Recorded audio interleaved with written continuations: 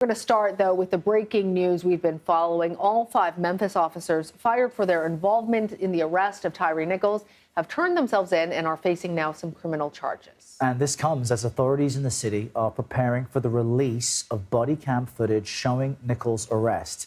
The 29-year-old died just 3 days after a traffic stop. Police pulled him over for what they said was reckless driving, but it escalated into a violent altercation. Now, we have the mugshots of the 5 former Memphis police officers. All of them have been charged with murder. CBS News correspondent Elise Preston knows Memphis well. She is there covering this story for us. Elise, we want to kind of get more from you from the new information that's fresh right now. There are reports that former Memphis police officer Emmett Martin III has been indicted in this case. What can you tell us about him and any other potential charges for the 5 involved?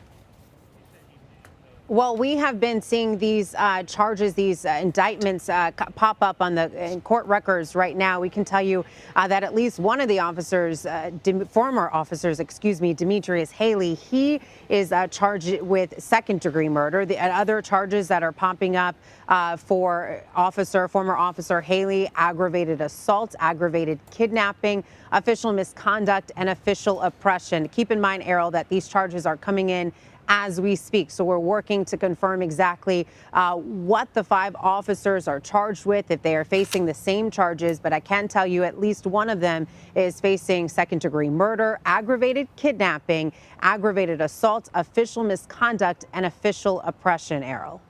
And Elise, how is the community starting to respond to these charges?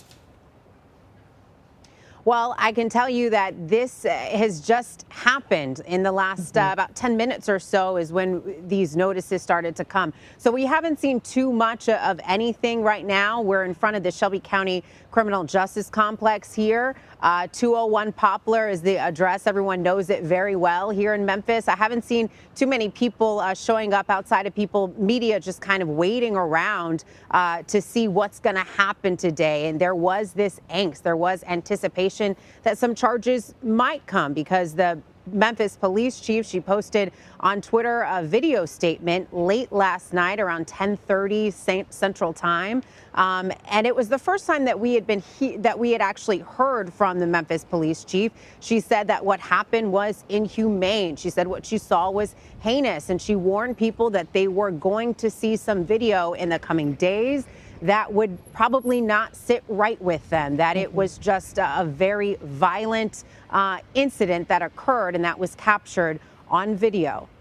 And there are some things, as you spoke with us earlier about, that seem different when it comes to police video of violent encounters and death. There in Memphis specifically, you mentioned the new district attorney who appears to be taking a different tack than we've seen from others in making decisive action before video is even released. Give us some more of that context to understand why this appears to be slightly different than cases we've seen previously, including the fact that the officers involved and the victim, they're all black men. Yeah, this case is incredibly different. It is unprecedented here in Memphis as far as how people are responding. The district attorney that you mentioned, Steve Mulroy, he's been in office about 5 months, and he is a former federal civil rights attorney. He's a former Shelby County commissioner. He has been he's been very vocal in years past about police reform. And so one of his campaign promises was a justice review unit, and part of their responsibility would be to operate independently and investigate police misconduct situations. I asked him on camera a few days ago, is this unit involved in this case? He said absolutely. He said that he brought in 2 attorneys, civil rights attorneys, 2 attorneys to kind of review what was going on, and they were working independently. So they were only reporting to him. They weren't working with other people. So it was an independent investigation by the Justice Review Unit. And so that is what we're seeing come into play.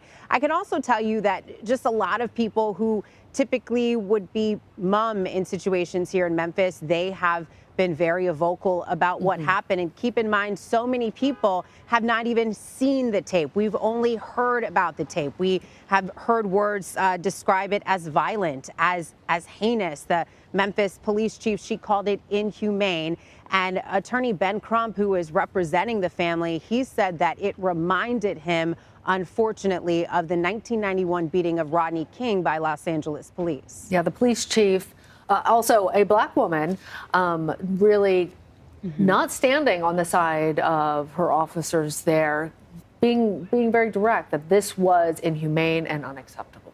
Yeah. Elise, thank you. Now I want to bring in Kirk Burkhalter. He is a professor of the New York School of Law and director of the 21st Century Policing Project. I'm sure you were just able to hear Elise's report there. What jumps out at you about the charges we're seeing now and what we've seen from Memphis police over the past few days that seems in stark relief to other incidents that have been similar?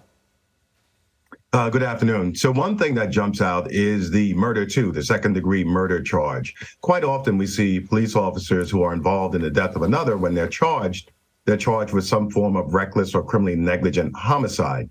It's very rare, except for extreme cases, to charge a police officer with murder because of the culpable mental state that's required to prove that crime.